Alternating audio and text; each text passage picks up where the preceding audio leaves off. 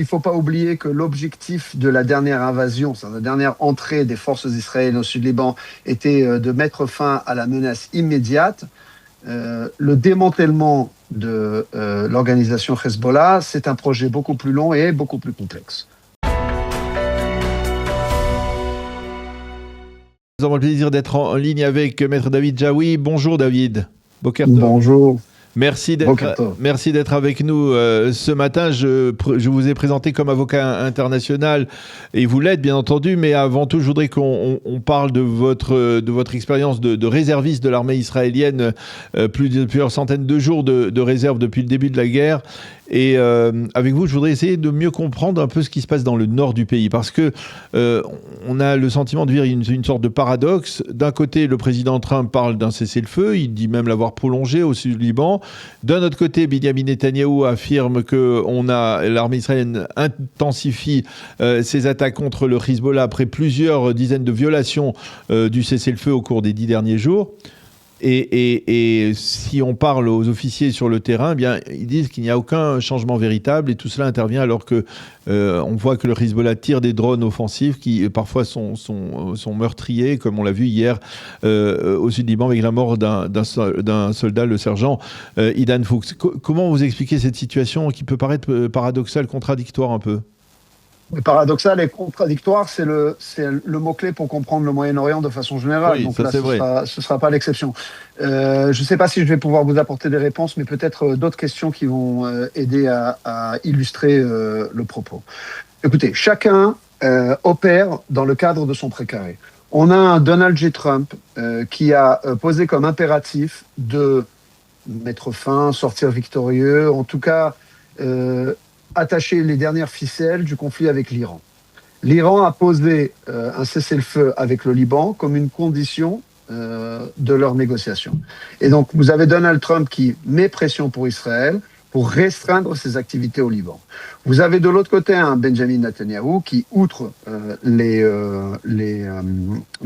considérations sécuritaires légitimes que l'on a par rapport au nord du pays, a également des considérations électorales. Il ne peut pas se présenter au sein de sa coalition comme étant quelqu'un qui laisse se développer le Hezbollah sous son nez.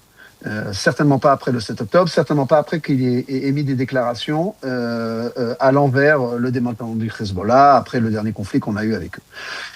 Et donc chacun est en train de faire pression en ce sens. Vous constaterez néanmoins que si les opérations continuent au sud-Liban, on voit peu ou pas d'attaques vers la Dakhia, vers Beyrouth, vers les parties nord du Liban, ce qui tendrait à suggérer que le conflit reste une opération sécuritaire de premier ordre, proche des frontières. Il ne faut pas oublier que l'objectif de la dernière invasion, c'est la dernière entrée des forces israéliennes au sud-Liban, était de mettre fin à la menace immédiate. Le démantèlement de l'organisation Hezbollah, c'est un projet beaucoup plus long et beaucoup plus complexe. Donc ça, c'est un peu la première réponse. Mais là, apparemment, David, il semble que les pressions américaines contre Israël, enfin sur Israël, sont justement de ne pas attaquer Beyrouth, de mettre, c'est ce qui a été convenu apparemment avec le gouvernement libanais, c'est-à-dire frapper le Hezbollah, ok, au nord du Litani, mais pas d'aller troubler, on va dire, la quiétude des habitants de la capitale libanaise. Exactement, mais en même temps, si vous considérez que l'État libanais pourrait éventuellement être un partenaire dans ce processus, et c'est vrai que si elle n'a pas encore les moyens, on pourrait penser qu'il y a une certaine volonté de la part et de l'armée libanaise, en tout cas des échelons politiques. Vous avez même des factions rivales qui commencent à apparaître au sein des groupes chiites libanais, ce qui est quand même une première, de voir des chiites libanais qui s'opposent ouvertement au Hezbollah.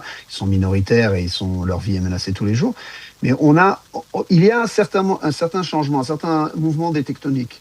Je ne suis pas persuadé que Netanyahou se laisse persuader malgré lui par Donald Trump. Je pense plutôt qu'il réalise le potentiel stratégique qu'il y a à créer une coopération avec le Liban, mais qu'il ne peut pas se permettre encore une fois pour des raisons électorales par rapport à ses alliés dans la coalition, de le dire à voix haute. Et donc concrètement, quelle issue parce que on le voit aussi, le gouvernement libanais, il reste faible, il ne prend pas position, on va dire, ouvertement en faveur de négociations. On pensait la semaine dernière que Donald Trump allait réunir le président Aoun et le Premier ministre Netanyahou à Washington. Ce n'est pas le cas et on semble être loin de là. Les Saoudiens disent même aux Libanais, pas question d'encourager le dialogue avec Israël. Comment on se sort de cet imbroglio ? Avec une action sur plusieurs fronts. Alors, je me replace, encore une fois, nous, l'objectif d'Israël n'est pas nécessairement d'être le broker de la paix au Moyen-Orient. On a des intérêts immédiats qui se réduisent sur le court, le moyen et le long terme. Sur le court terme, la menace immédiate qui se présente sur la frontière libanaise, c'est ce qui occupe essentiellement Tsahal. Okay, l'activité militaire, elle se concentre sur cette zone-là. S'assurer qu'il n'y a pas de menace d'invasion type 7 octobre de notre frontière nord, ni même de possibilité de lancer des missiles anti-chars directement sur les habitants. Lorsque l'on regarde stratégiquement sur le long terme le démantèlement du Hezbollah, on parle d'une organisation qui est complètement imbriquée dans la vie politique, dans le tissu politique et social du Liban. Et à ce moment-là, le seul véritable solution, un peu si vous voulez à l'instar de changement de régime iranien, c'est quelque chose qui doit venir du bas vers le haut. C'est quelque chose que les Libanais vont devoir faire par eux-mêmes. La seule chose que les voisins bien intentionnés tel Israël peuvent faire, c'est leur donner les moyens de cela. Leur donner les moyens de cela, c'est par exemple affaiblir le Hezbollah pour que l'armée libanaise puisse prendre le relais. C'est, de la part des États-Unis, par exemple, assurer le financement des salaires des soldats libanais, parce qu'aujourd'hui, l'une des plus grandes différences entre un soldat d'infanterie libanaise et un combattant du Hezbollah, c'est que le combattant du Hezbollah touche un salaire qui est à peu près le triple, celui du soldat libanais, qui doit, pour arrondir ses fins de mois, travailler chez Uber ou Volt ou je ne sais quoi. Et donc vous avez quand même une infrastructure qui doit se créer autour de ces efforts-là, qui n'est pas juste une question militaire.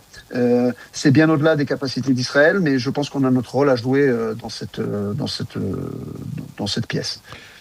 Eh bien, merci beaucoup, Maître Daoud Zaoui, de nous avoir donné votre appréciation sur ce qui se passe au sud Liban. Ce n'est pas facile de donner une appréciation, on va dire, tranchée dans cette situation complexe.